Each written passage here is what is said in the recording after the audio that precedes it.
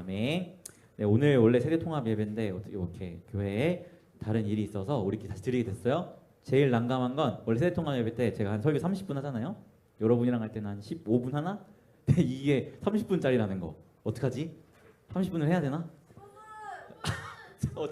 어떻게 줄여야 되죠? 저 지금 굉장히 난감한데요. 우리 한번 최대한 짧게 해보도록 하겠어요. 다 거두절미하고 우리가 넷째 주에 요한계시록 살펴보고 있죠. 너무 어려워요, 요한계시록. 그래서 제가 정리를 해왔는데 우리 정리된 PPT를 한번 같이 보고 요약하면서 갔으면 좋겠어요. 요한계시록 지금 7장을 보고 있는데 요한계시록 지금까지 본 이야기들이에요. 그래서 1장부터 3장까지는 초대 교회를 향한 편지를 썼어요.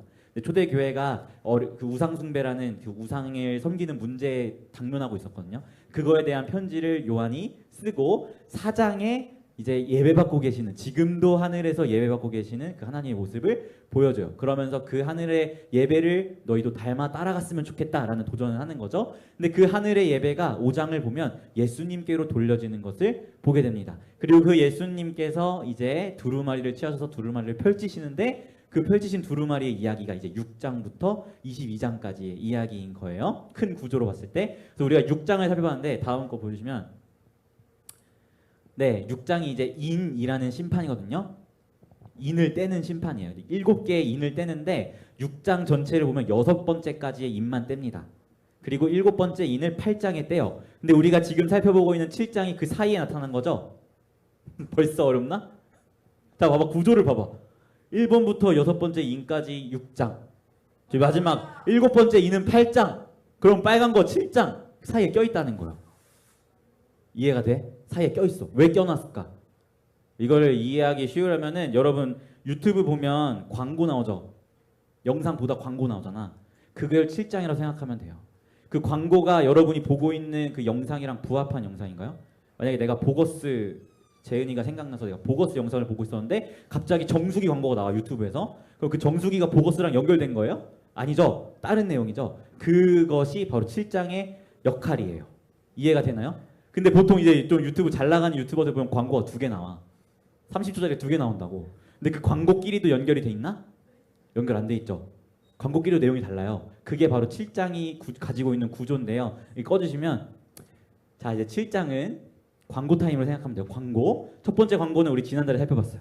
그래서 하나님이 이 세상을 심판하시기 전에 이미 하나님의 백성들에게 인을 쳐셨다라는 그 내용을 보여줬어. 오늘 보는 이야기는 그것이 이어지는 게 아니고 또 다른 광고예요. 또 다른 내용. 이해가 되죠?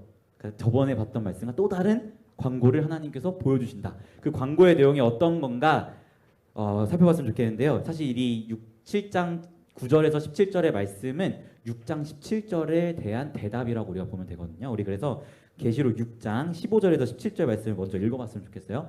계시록, 나 진짜 원고 하나도 안 보고 하네. 계시록 6장 15절에서 17절 말씀을 같이 봤으면 좋겠습니다. 계시록 6장 15, 17절 시작. 땅의 임금들과 왕족들과 장군들과 부자들과 강한 자들과 모든 종과 자유인이 굴과 산들의 바위 틈에 숨어 산들과 바위에게 말하되 우리 위에 떨어져 보좌에 앉으신 이의 얼굴에서와 그 어린 양의 진노에서 우리를 가리라. 그들의 진노의 큰 날이 이르렀으니 누가 능히 서리요 하더라. 아멘. 이 말씀에 대한 대답이 9절부터 17절이에요. 7장. 이게 무슨 말이냐면 하나님께서 이제 세상을 심판하잖아요. 최후의 심판 때 이 창조 세계가 다 해체가 돼요. 새로운 창조 세계를 만드시기 위해서 이 창조 세계가 막 해도 지고 별도 지고 다 없어지는 거야. 그때 이 세상을 잘 나가던 권세자들, 뭐 왕, 아니면 일론 머스크 같은 사람들 있잖아요. 그런 사람들이 이렇게 이야기하는 거예요. 이 하나님의 큰 진노 앞에 누가 서겠냐. 그만큼 하나님의 심판이 엄청났다는 거죠. 누가 서겠어? 라고 딱 이야기할 때 그거에 대한 대답으로 오늘 말씀을 보여주고 있는 거예요. 그 대답을 한번 볼까요? 7장 9절 같이 읽을게요. 시작. 이후에 내가 보니 각 나라와 족속과 백성과 방언에서 아무도 능히 셀 수 없는 큰 무리가 나와 흰옷을 입고 손에 종려가지를 들고 보좌 앞과 어린 양 앞에 서서 아멘. 누가 그 하나님의 보좌 앞에 설 수 있다고 이야기하고 있어요? 이후에 내가 보니 각 나라와 족속과 백성과 방언에서 아무도 능히 셀 수 없는 큰 무리가 하나님 앞에 서 있다라고 대답을 하고 있는 거예요. 이해가 돼요? 세상의 마지막 때에 이 창조, 해도 지고 달도 지고 지구도 해체되고 이 모든 자연 만물이 다 사라져가는 그때 이 세상에서 떵떵거리며 살아가던 그 유력한 사람들이 누가 이 하나님의 크신 진노 앞에 서겠습니까? 라는 이 탄식을 내던을 때 이들은 설 수 있다라고 보여주는 게 바로 오늘 말씀이라는 거예요. 이들이 누구? 하나님과 예수 그리스도의 보좌 앞에 서 있는 하나님이 구원하신 자들만이 하나님의 진노 앞에서 서 있을 수 있다라고 보여주는 것이 오늘 말씀이라는 것입니다. 그럼 이 사람들은 도대체 어떻게 그 하나님의 보좌 앞에 설 수 있었을까요? 우리 13절, 14절 같이 한번 읽어볼게요. 시작. 장로 중 하나가 응답하여 나에게 이르되 이 흰옷 입은 자들이 누구며 또 어디서 왔느냐? 내가 말하기를 내 주여 당신이 아시나이다 하니 그가 나에게 이르되 이는 큰 환란에서 나오는 자들인데 어린 양의 피에 그 옷을 씻어 희게 하였느니라. 아멘. 이 사람들이 어떻게 하나님 그 진노의 날에 하나님 보좌 앞에 서 있을 수 있어요? 어린 양 예수의 피가 그들을 깨끗게 하였기 때문에 그들이 하나님 보좌 앞에 설 수 있다고 이야기하고 있는 거예요. 무슨 말인지 이해가 되죠? 마지막 그 심판의 때에 다 무너지고 다 사라지는데 하나님 보좌 앞에 서 있는 사람들이 있다고. 그게 바로 예수 그리스도의 피로 구원을 받은 자들만이 그 하나님 보좌 앞에 서 있다는 것을 말씀이 증거하고 있는 것입니다. 그럼 그들이 지금 무엇을 하고 있는가? 우리 10절 한번 같이 볼게요. 무엇을 하고 있는가? 하나님 보좌 앞에서 시작. 큰 소리로 외쳐 이르되 구원하심이 보좌에 앉으신 우리 하나님과 어린 양에게 있도다 하니. 아멘. 이들이 지금 뭘 하고 있어요? 우리의 모든 구원은 우리 하나님과 어린 양 예수님께 있다고 찬양하고 있어요. 이것을 통해서 우리가 보게 되는 게 뭐죠? 하나님의 창조의 목적이 완전히 성취됐다는 걸 우리가 보게 돼요. 하나님이 여러분을 왜 창조했어요? 이유가 뭐야? 잘 알고 있습니다. 하나님을 찬양하기 위해서 창조하신 거잖아요. 그렇죠? 근데 우리는 하나님을 찬양하지 않아요. 특히 예수님 믿지 않는 사람들은 하나님을 아예 찬양하지도 않고, 근데 그 찬양하기로 작정하시고 그렇게 창조하신 창조의 목적이 완전히 회복되는 게 마지막 때에 이루어져요. 어떻게? 예수 그리스도께 구원을 받은 자들이 우리의 모든 구원은 우리 하나님과 어린 양 예수님께 있습니다라고 찬양하는 그 모습에서 완전한 성취가 이루어져요. 만약에 여러분이 하나님의 은혜로 구원을 받지 않고 교회에 잘 나와서 뭐 길 가다가 어떤 어려운 할머니를 도와줘서 구원을 받았다면 여러분이 하나님 보좌 앞에서 뭐라고 고백할 것 같아요? 구원하심이 젊은 날에 내가 할머니 가방 들어줘서 있습니다라고 찬양하겠죠. 여러분이 잘해서 구원을 받았으면 구원하심이 내가 뭐 17살, 16살 때 피플스 교회에 나와서 예배 드려서 있습니다라고 찬양하겠죠.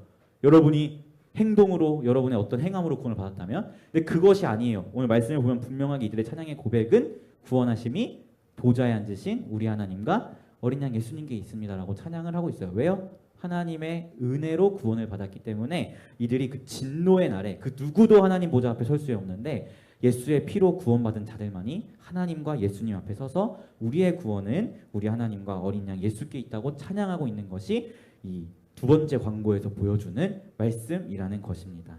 우리가 여기서 이것이 하나님의 비전임을 확인하게 돼요. 사실 하나님은 이 날을 향해서 창세 전부터 지금까지 하나님의 역사를 끌고 오셨어요. 어떤 걸 향해서? 하나님이 구원하신 자들이 하나님과 예수 앞에 우리의 모든 구원은 당신께 있습니다라고 찬양할 그 날을 바라보면서 하나님은 지금까지 당신의 역사를 끌어오셨어요. 아담과 하와가 범죄했을 때 내가 여자의 후손으로 너의 뱀의 머리를 짓밟겠다 하고 약속하신 이유도 아브라함에게 나타나셔서 내가 하늘의 별과 같은 바다의 모래알과 같은 그 자손을 너희에게 주겠다라고 약속하신 이유도 그 자손이 누구야? 여기 말하는 큰 무리잖아요. 큰 무리, 셀 수 없는 큰 무리. 그리고 다윗에게 나타나셔서 또 모세에게 나타나셔서 이스라엘을 뭐 구원하시고 이스라엘을 내가 장자의 나라로 삼겠다.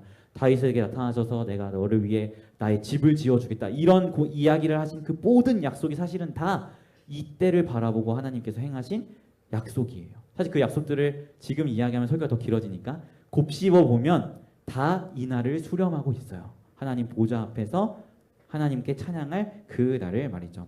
그래서 우리 피플리 지체들이 이 하나님의 비전을 우리의 비전으로 삼으며 나아갔으면 좋겠습니다. 이것을 왜 우리의 비전으로 삼을 수 있을까? 이 날을 이루시기 위해서 우리에게 맡기신 명령이 있기 때문이에요. 뭐죠? 지상명령. 지상명령 뭐죠? 지상명령? 대표. 부족하다. 부대표. 뭐죠? 지상명령?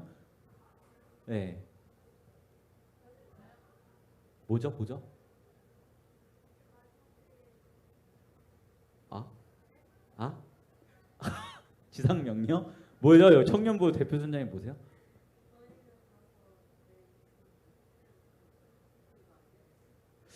왜 이렇게 핵심적인 단어가 안 나와? 모든 민족을 제자 삼는 게 지상명령의 핵심이죠. 제자 삼는 거. 제자 삼으면 뭐가 돼? 이 큰 무리를 불러 모을 수 있잖아요.